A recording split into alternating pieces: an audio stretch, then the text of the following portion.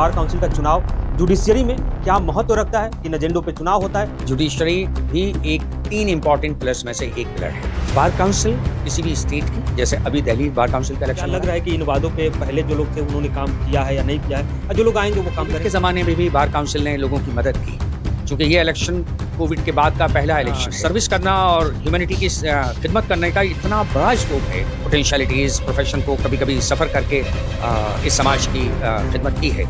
उनमें Shahid Ali is also one of Shahid Ali को लोग मौका दें और वो उनके खिलाफ कोई शिकायत भी नहीं लग रहा है कि है। एडवोकेट शाहिद अली को अगर मौका मिलता है तो जिन चीज़ों की वो बात कर रहे हैं करेंगे या फिर वहीं।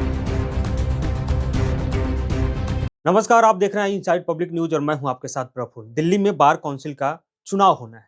वकीलों में चुनावी सरगर्मी तेज हो गई है और जिस तरीके से लोकसभा, विधानसभा या अदर इलेक्शन होते हैं उसी तरीके से बार काउंसिल का भी चुनाव होता है। और बार काउंसिल का चुनाव जुडिशियरी में क्या महत्व रखता है, किन एजेंडों पे चुनाव होता है, इन सब चीज़ों की पड़ताल करेंगे, जानने की कोशिश करेंगे। और हमारे साथ बातचीत करने के लिए हैं एडवोकेट बहार साहब।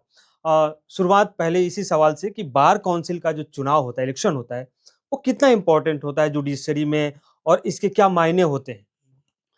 देखिए, जुडिशरी ये पूरी दुनिया जानती है कि दुनिया की तमाम डेमोक्रेसीज़ में जुडिशरी भी एक 3 इंपॉर्टेंट पिलर्स में से एक पिलर है। पहला लेजिस्लेचर, फिर दूसरा एग्जीक्यूटिव, फिर तीसरा जुडिशरी। जुडिशरी की ख़ास बात ये है कि इंडिपेंडेंस ऑफ जुडिशरी का कॉन्सेप्ट है, उसके तहत जुडिशरी काम करती है, किसी के दबाव में काम नहीं करती, ना इसको करना चाहिए।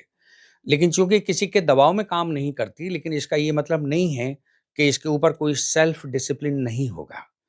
बार काउंसिल किसी भी स्टेट की, जैसे अभी दिल्ली बार काउंसिल का इलेक्शन हो रहा है, ये एडवोकेट्स को, न्यू एंट्रेंट्स को बाज़ाब्ता इंटरव्यू के साथ में रजिस्ट्रेशन या एनरोलमेंट करती है।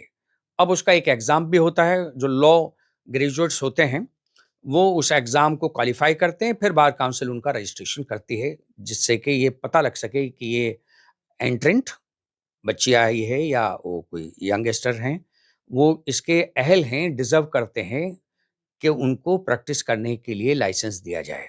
और उसके साथ-साथ बार काउंसिल जो हैं, उनके डिसिप्लिन और उनके एटिकेट्स और उसके मैनर्स जो प्रोफ़ेशन के हैं और उसकी ज़िम्मेदारियों से पूरे के पूरा जो है, वो ज़िम्मेदारियाँ निभा सके, ये bar council of her state की ज़िम्मेदारी है।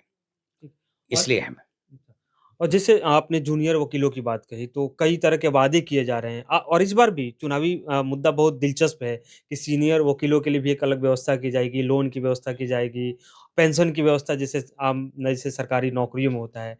तो क्या लग रहा है कि इन वादों पे पहले जो लोग थे उन्होंने काम किया है या नहीं किया है? और जो लोग आएँगे वो काम करेंगे?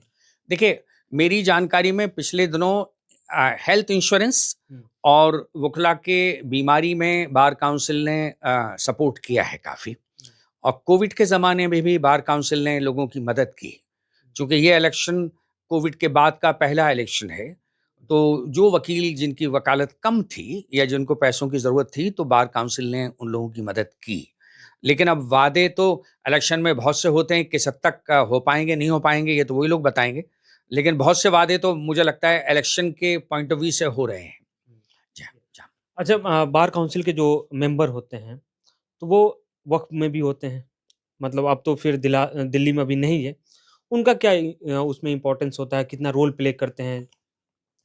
देखिए, अभी तो एक्ट वजूद में नहीं है, लेकिन जब ये एक्ट वजूद में था और बार काउंसिल का एक इलेक्टेड रिप्रेजेंटेटिव वक्फ बोर्ड का मेंबर होता था। अब वक्फ बोर्ड में सर्विस करना और ह्यूमैनिटी की खिदमत करने का इतना बड़ा स्कोप है कि वो तो आदमी को खुशनसीब अपने को समझना चाहिए कि उसका मेंबर है वक्फ बोर्ड का। वक्फ बोर्ड मीन्स कि आप विडोज़ की, डाउन ट्रोडेंस की, ऑर्फन्स की, रिलीजियस अफेयर्स में, सोशल अफेयर्स में आप मदद करें और एक मौका मिलता है लोगों को कि वो अ अ मस्जिद हैं, कुछ मदरसे हैं, कुछ खानकाएँ हैं, उनकी मेंटेनेंस है वगैरह-वगैरह। तो बहुत स्कोप है अगर काम करना चाहता है आदमी। कई उम्मीदवार हैं, मुस्लिम उम्मीदवार भी हैं, नॉन मुस्लिम उम्मीदवार भी हैं। जैसे मुसलमानों की बात करें तो महमूद पराचा साहब हैं, जमाल साहब हैं और भी कई नाम हैं, गयासुद्दीन एक हाशमी करके हैं, शाहिद अली हैं। आप किसकी तरफ अपनी नज़र नहीं, देखिए, सभी मेरे दोस्त हैं, हम सभी लोग एक ही प्रोफ़ेशन में हैं। मैं किसी का किसी से कंपैरिज़न नहीं करना चाहूँगा, फ्रैंकली बताऊँ। लेकिन हाँ, कुछ लोग आउट ऑफ़ द वे जाकर एक ज़माने से ह्यूमैनिटी के कॉज़ पे लड़ रहे हैं और फेस भी कर रहे हैं, और वो आगे भी आते हैं। अपने उन्होंने टाइम, एनर्जीज़, पोटेंशियलिटीज़, प्रोफ़ेशन को कभी-कभी सफ़र करके इस समाज की खिदमत की है। उनमें Shahid Ali is also one of them. तो मैं ये चाहता हूँ इस बार कि शाहिद अली को लोग मौका दें, और वो उनके खिलाफ कोई शिकायत भी नहीं है कहीं से। कोई करप्शन की शिकायत नहीं, कोई ईगो की शिकायत नहीं, कोई अपना सेल्फ प्रमोशन की शिकायत नहीं है। तो क्या परेशानी है कि एक बार एक आदमी पिछले 20-25 बरस से बगैर किसी लालच के ह्यूमन कॉज़ के लिए लगा हुआ है।